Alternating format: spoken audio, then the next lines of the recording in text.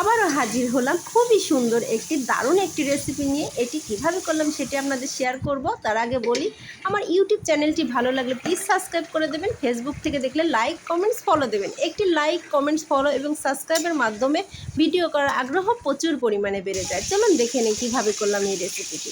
আমি প্রথমে কিছু আলুকে নিয়ে ভালো করে ছুলে এইভাবে করে হাত দিয়ে কেটে নিয়েছি। তারপর আমি প্যানের ভিতরে তেল দিয়ে হলুদ মরিচ লবণ দিয়ে আমি ভালো করে ভেজে নিয়েছি। সেই কড়াইতেই আমি আবার তেলের মধ্যে পেঁয়াজ দিয়ে সেখানে বাটা মশলা অ্যাড করে দিয়েছি। রসুন বাটা, আদা বাটা, জিরা বাটা এবং কিছু শুকনো উপকরণ দিয়েছি। মরিচের গুঁড়া, হলুদের গুঁড়া এবং ধনিয়ার গুঁড়া, স্বাদ মতো লবণ, পানি, এগুলো দিয়ে আমি ভালো করে কষিয়ে নিয়েছি মশলাটা। তারপর আমি সেই আলুগুলোকে এর ভিতরে দিয়ে দিয়েছি। দিয়ে ভালো করে কষিয়ে আমি ঝোল অ্যাড করেছি। ঝোলটা যার যার পছন্দ অনুযায়ী দিয়ে দেবেন। দেখুন এভাবে করে খুবই মজা হয়, সবাই রান্না করতে পারেন। তারপর ভেজে রাখা মাছগুলোকে আমি এভাবে দিয়ে নেড়েচেড়ে নিয়েছি।